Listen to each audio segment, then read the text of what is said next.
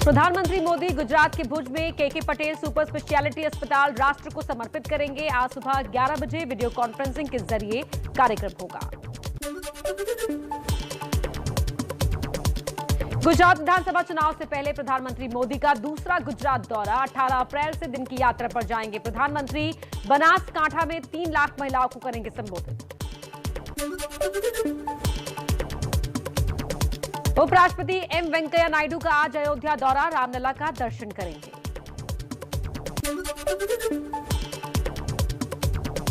केंद्रीय गृह सचिव अजय भल्ला और आईबी डायरेक्टर अरविंद कुमार के श्रीनगर दौरे का आज दूसरा दिन।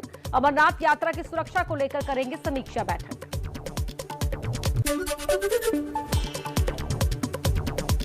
कर्नाटक के कद्दावर मंत्री ईश्वरप्पा आज सीएम बोम्मई को इस्तीफा सौंपेंगे। ठेकेदार खुदकुशी मामले में मंत्री पर गिरी गाज। बोले, पूरी घटना की जांच होनी चाहिए, मेरी गलती है तो उसकी भी जांच हो।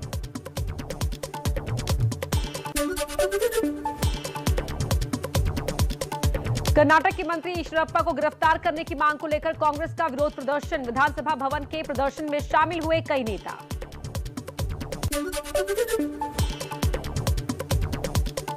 मनी लॉन्ड्रिंग केस में पंजाब के पूर्व सीएम चरणजीत सिंह चन्नी से ईडी ने करीब 6 घंटे पूछताछ की। चन्नी बोले, मुझसे जो पूछा वो बता दिया।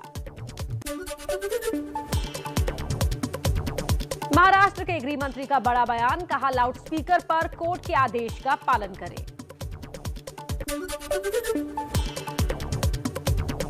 महाराष्ट्र में एमएनएस के मुस्लिम नेता और स्टेट सेक्रेटरी इरफान शेख ने छोड़ी पार्टी। राज ठाकरे के लाउडस्पीकर वाले बयान से है नाराज।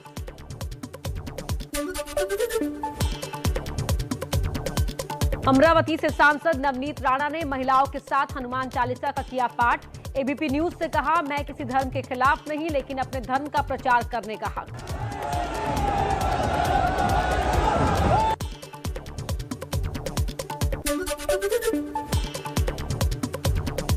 यूपी के अलीगढ़ में एबीवीपी के कार्यकर्ताओं ने 21 चौराहों पर लाउडस्पीकर लगाकर हनुमान चालीसा बजाने की मांगी इजाजत। कार्यकर्ताओं ने एसडीएम सिटी को सौंपा ज्ञापन। अलीगढ़ में युवा क्रांति मंच के कार्यकर्ताओं ने गांधी पार्क में लाउडस्पीकर लगाकर किया हनुमान चालीसा का पाठ। कहा, पहले ही मस्जिदों में लाउडस्पीकर कम करने को लेकर ज्ञापन सौंपा था, लेकिन कार्रवाई नहीं हुई तो हमने पाठ किया।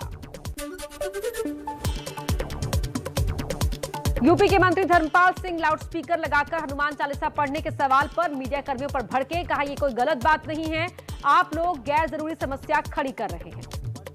पाठ करना कोई खराब बात तो है नहीं।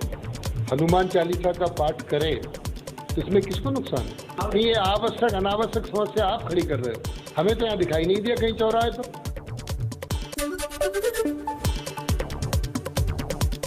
यूपी के कासगंज में अजान के विरोध में 2 मंदिरों में लाउडस्पीकर से हनुमान चालीसा का पाठ शुरू। हिंदूवादी नेता नितिन चतुर्वेदी ने कहा, आने वाले दिनों में पटियाले के सभी मंदिरों में लगेंगे लाउडस्पीकर।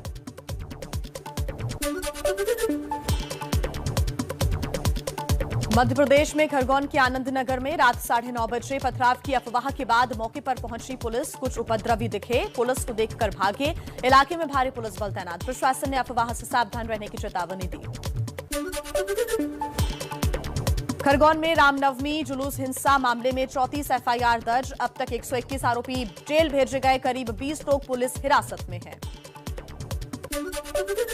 खरगोन हिंसा मामले में पीएफआई कनेक्शन आया सामने। एमपी बीजेपी अध्यक्ष वीडी शर्मा ने कहा, खरगोन हिंसा में पीएफआई का हाथ है, यह घटना पूर्व नियोजित थी।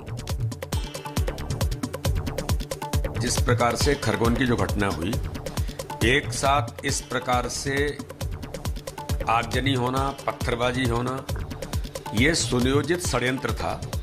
और इसमें कहीं न कहीं मैंने पहले भी उल्लेख किया था कि इसमें कई प्रकार की ताकतें इन्वॉल्व हैं। पीएफआई से लेकर के और भी ऐसे जो ऑर्गेनाइजेशन हैं जो इस प्रकार की अस्थिरता लाना चाहते हैं।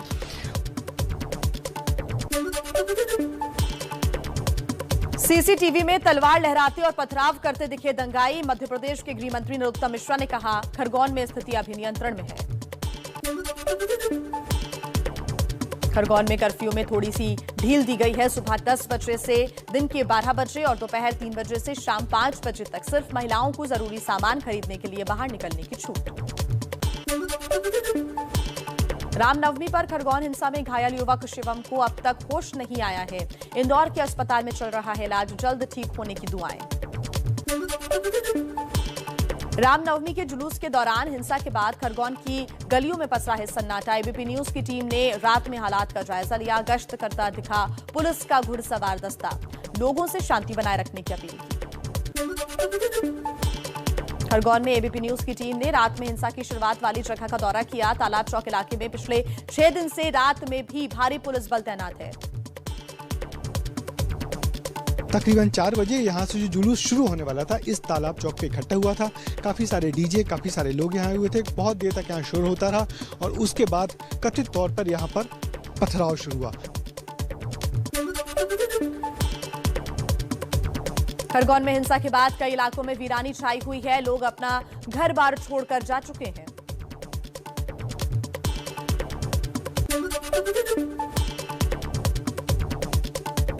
हिंसा में खरगोन का भवसर सबसे ज्यादा प्रभावित हुआ।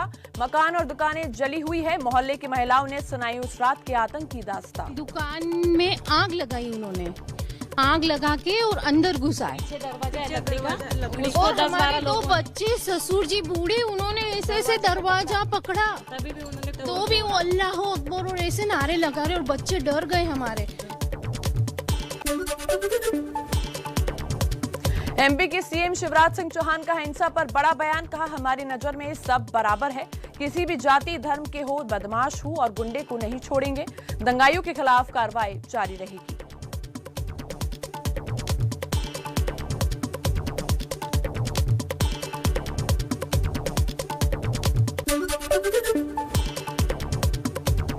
पुराना वीडियो ट्वीट कर फंसे दिग्विजय सिंह का कैलाश विजयवर्गीय पर बड़ा आरोप। कहा, विजयवर्गीय ने गलत वीडियो लगाकर खरगोन का बताया, उन पर एफआईआर क्यों नहीं हुई। राजस्थान के मुख्यमंत्री अशोक गहलोत शिवराज सिंह चौहान पर निशाना। कहा, अगर राज करने वाले बुलडोजर चलाएंगे तो देश में संविधान का राज कहां रहेगा। राजस्थान के करौली हिंसा में देवी बनी मधुलिका। हिंसा के दौरान 18 लोगों की बचाई जान। मधुलिका ने जान की परवाह किए बिना घर में हिंदू मुसलमानों को पनाह दी।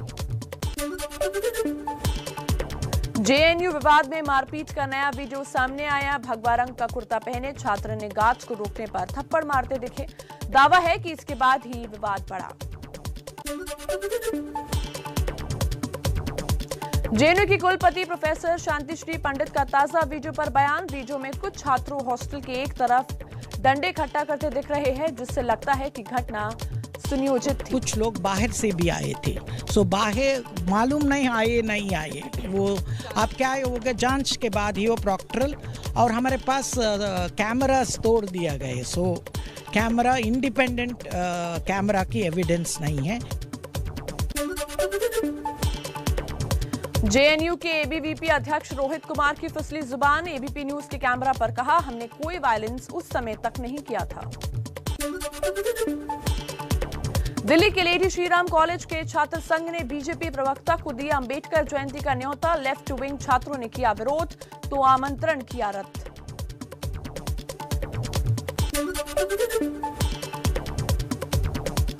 हरिद्वार के एक कार्यक्रम में संघ प्रमुख मोहन भागवत का बड़ा बयान। कहा, 15 साल में फिर बनेगा अखंड भारत, जो रास्ते में आएगा मिट जाएगा। सनातन धर्म ही हिंदू राष्ट्र है।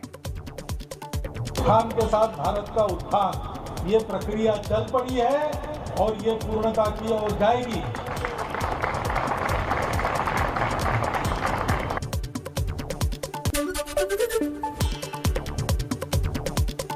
संघ प्रमुख के अखंड भारत के बयान पर यूपी के डिप्टी सीएम केशव प्रसाद मौर्य का बड़ा बयान। कहा, मुझे इस तरह के बयान को लेकर किसी कंट्रोवर्सी में मत डालिए। संघ प्रमुख मोहन भागवत के अखंड भारत वाले बयान से जुड़े सवाल का केंद्रीय मंत्री गिरिराज सिंह ने नहीं दिया कोई जवाब। बिना पूरा सवाल सुने ही भागे। संघ प्रमुख के बयान पर कांग्रेस ने मोदी सरकार से मांगी सफाई। पूछा, मोहन भागवत ने किस हक से ये बयान दिया।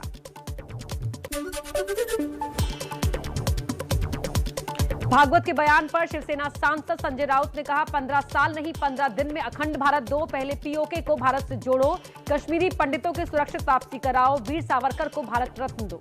15 दिन करिए या 2 साल करिए, हम पूरा देश आपके साथ रहेंगे। लेकिन उसके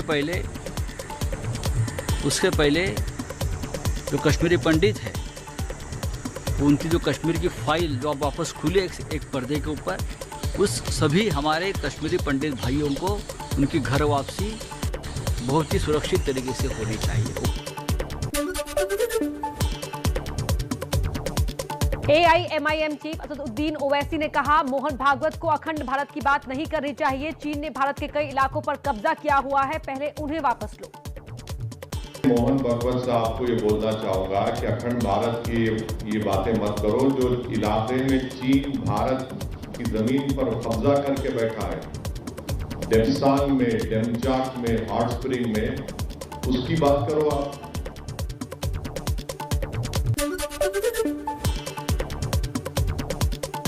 मोहन भागवत के बयान पर संघ की सफाई, कहा संघ प्रमुख ने अपने बयान में अखंड भारत शब्द का इस्तेमाल नहीं किया।